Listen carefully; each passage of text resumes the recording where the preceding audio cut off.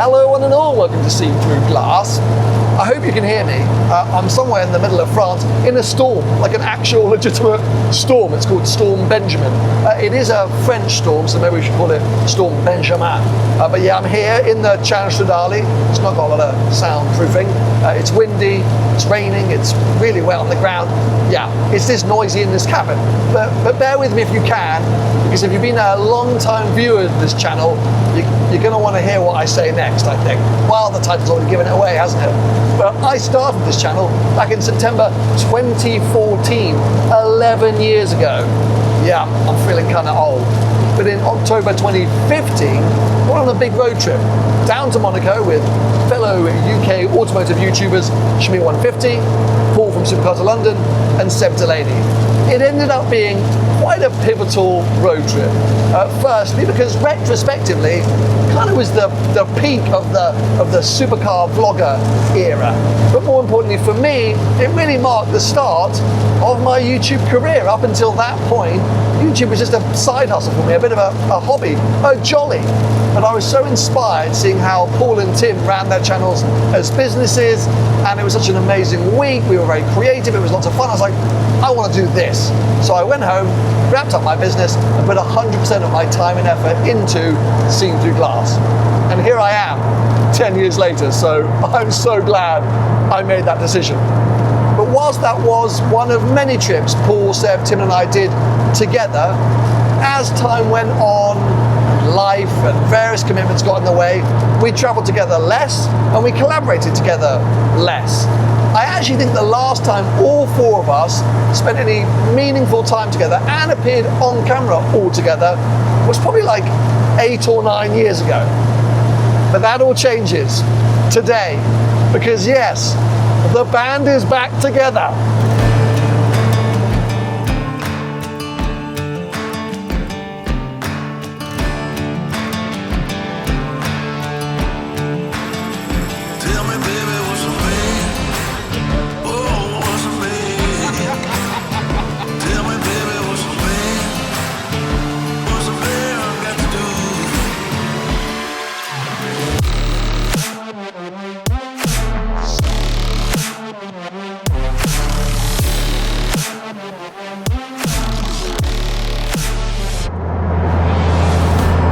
This is so awesome. You might think 10 years on, we've all achieved so much, we've all gone on and done so much, maybe it wouldn't be as exciting to all get back out on the road together, but it is. I feel as excited as I always was 10 years ago.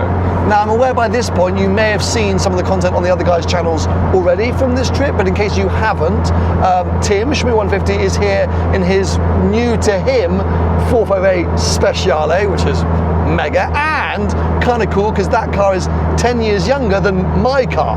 So another sort of symmetry with the whole 10-year anniversary thing. We'll pick up on that more, I think, later into the trip. Paul from Supercars of London is here in his new to him Lamborghini Gallardo Superleggera, which I adore, firstly as a car, but also it's kind of perfect for him. He's literally just bought it. And again, another nice full circle moment. On the trip 10 years ago, he was in a Gallardo, not a Superleggera, but in a Gallardo. It was a really loud Gallardo, which I followed for most of the week, and I think my ears are still recovering. So I kind of liked it, but I also hated it. And then Seb today is in Paul's passenger seat because 10 years ago he was in my passenger seat. He actually didn't have a car 10 years ago. Now he's got a 458, but that's waiting for us in Lyon, where we're going to get to this evening. So anyway, that's a kind of recap of what everyone's driving. It is worth saying that, of course, over the years, many times we were joined by James, Mr. JWW, but he wasn't on the trip that we're celebrating the 10-year anniversary of, hence why he's not here now, but fingers crossed we can do more of these in the months and years ahead, and then James can get involved in those trips as well.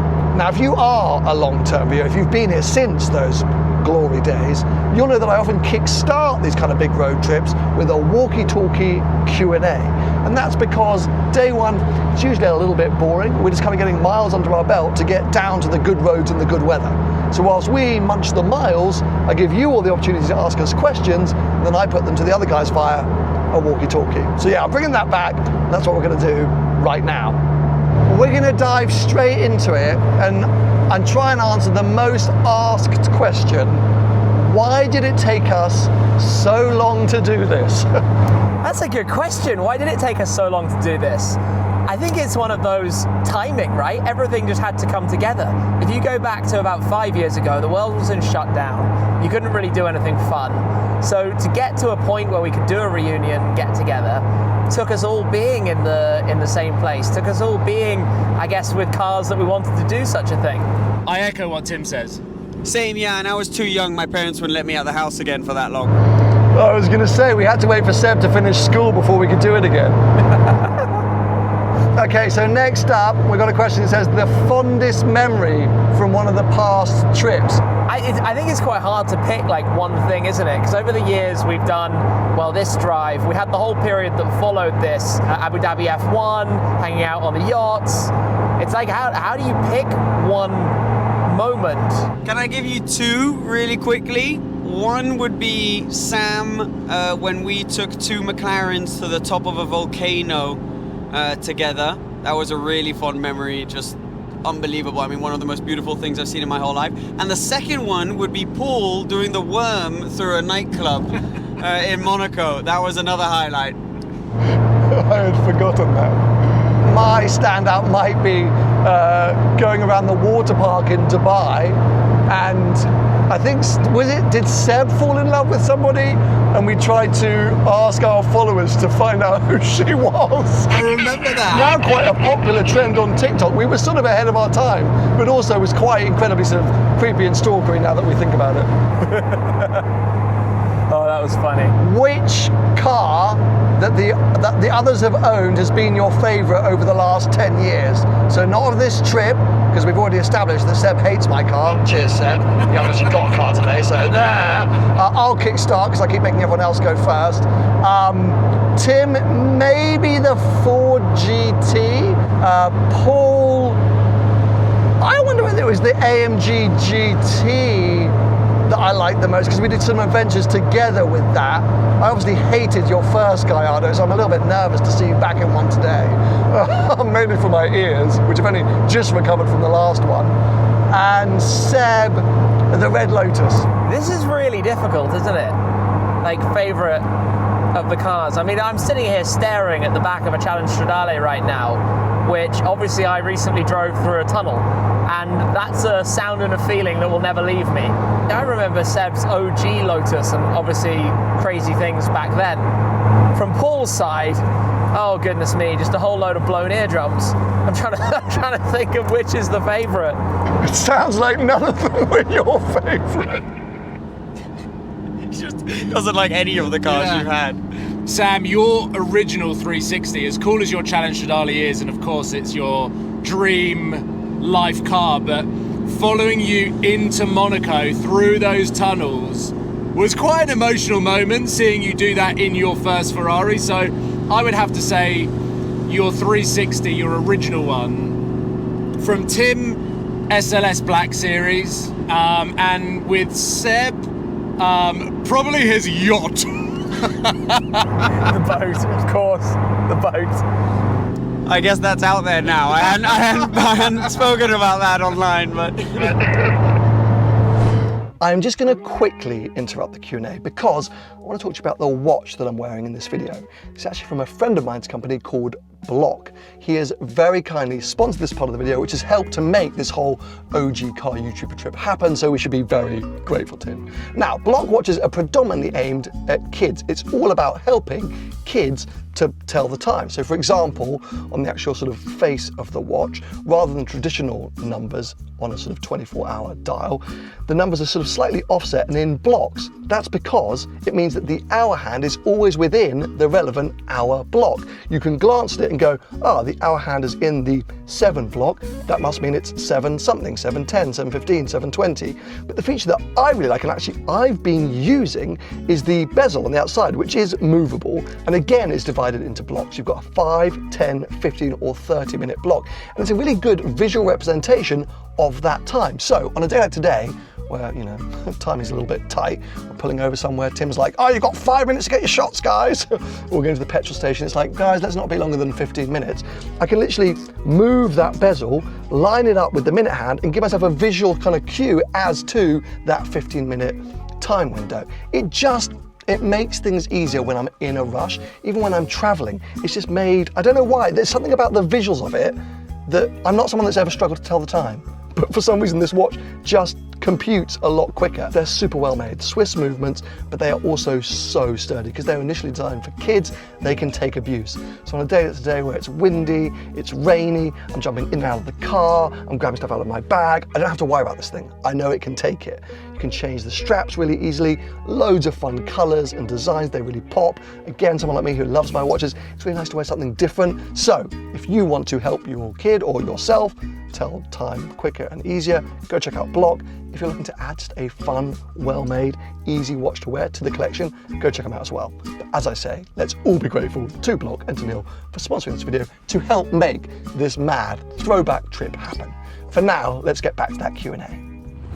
Sam, I would say your GT3. Tim, I think I'd agree with Paul and say the SLS Black Series. I do love your 675 LT Spider. And Paul, your LP640. Just for everything it meant for you and just how epic that car is. Yeah, that would be my choice. Okay, next question. Who is the best and who is the worst car spotter? Do you know what? I'm actually going to give the best title here to Paul because Paul did it before everyone else.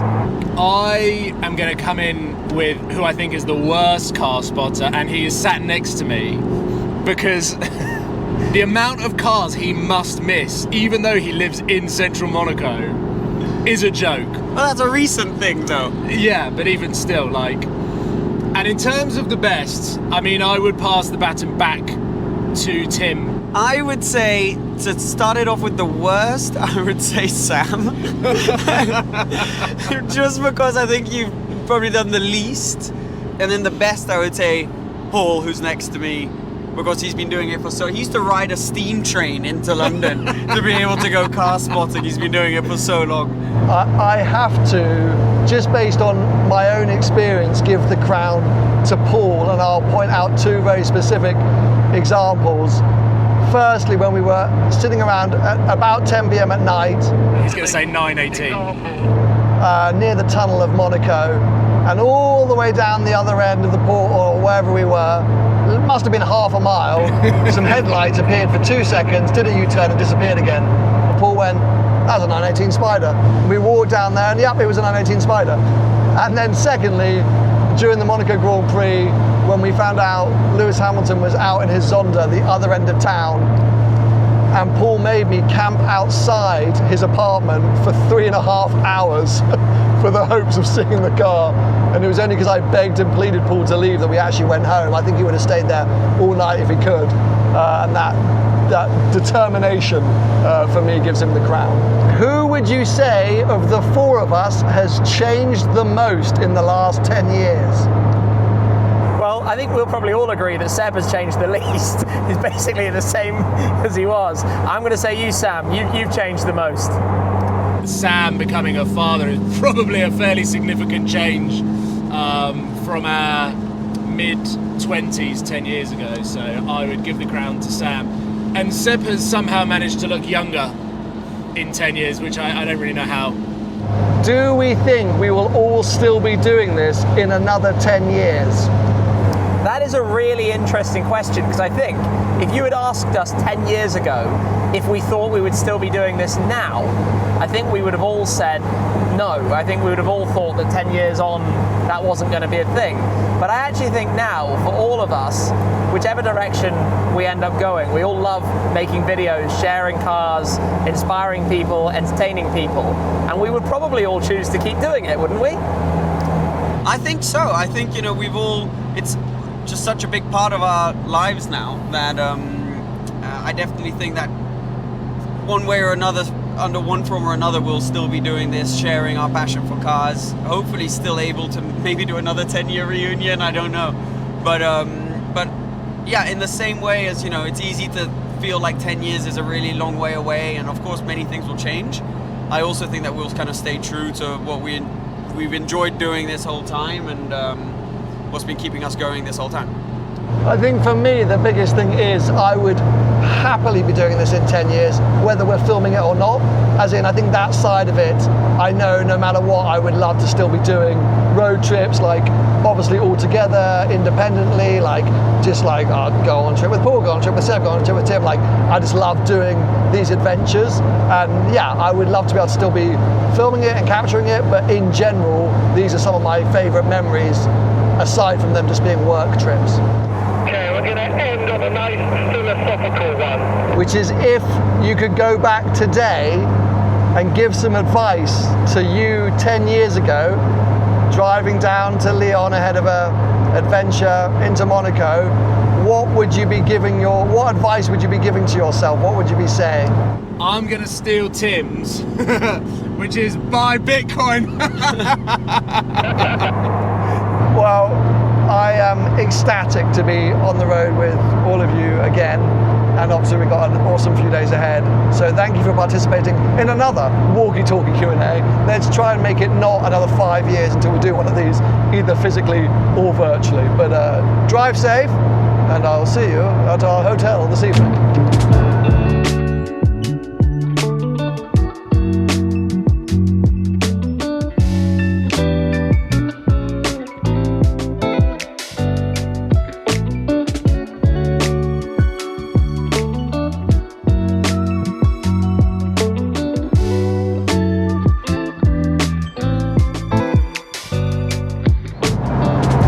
I can't believe it, but the sun is trying to break through the clouds after that super intense and dramatic storm this morning.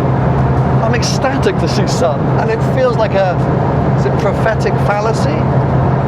The weather is reflecting the mood. We are back at it. The band is back together. So nice to do a walkie-talkie Q&A. Serious at times and also still silly, and the perfect way to kickstart this adventure. There will be more content to come. We have plans ahead, and yeah, it feels amazing. I need to speak to the guys about the cars they've bought. That feels like the logical next step. But for now, we've got about 3.5 hours still ahead to Lyon. We're going to be getting there in the dark. It's 6 p.m. now, so the sun is starting to set. So we'll put our heads down in our lightweight, mid-engine Italian supercars. Man, do I call the Challenge Stradale a supercar? I don't know. It feels not only nostalgically amazing, this moment, but sort of Top Gear-esque. And let's not beat around the bush. Top Gear of old, original Clarkson, Hammond made Top Gear, was an inspiration to all three of us. And so doing something like this again, it's getting me in the feels. It's getting me right in the feels in all the right ways. Let the adventures continue, people.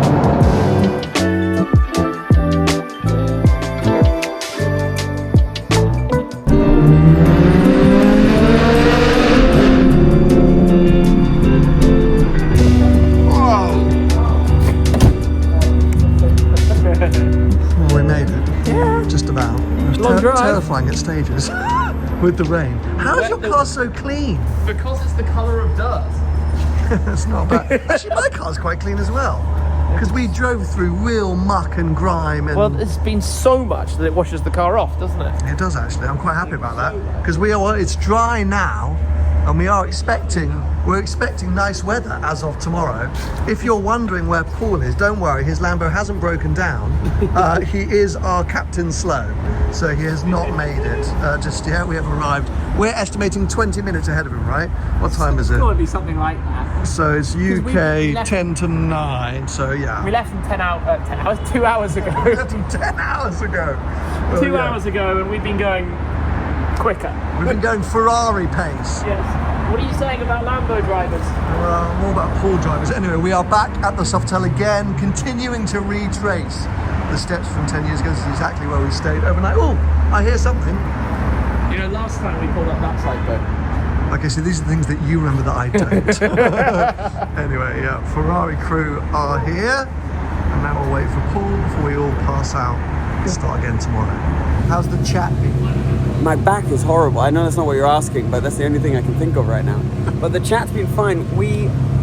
Can I show you what we were doing? Sam, you should have asked me the question, because what you're about to see So, It's what where's I- the bottle gone?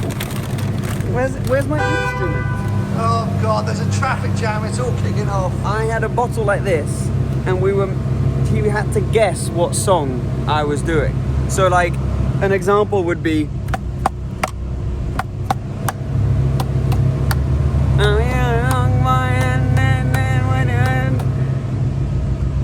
I mean, that was pretty good. This is death right here in this car. Absolute death. My park up. There goes Tim off into his spot. This is very reminiscent of 2015. We were just discussing where we were parked before. The Lambo looks great, but God, what experience they have. Paul has no music in that car, hence Seb coming up with the entertainment. They've got no music set up in there just yet. So, Paul and I just take a triple for the two cars somewhere. I think, yes, I think just be supercar wankers, you know? Embrace the lifestyle.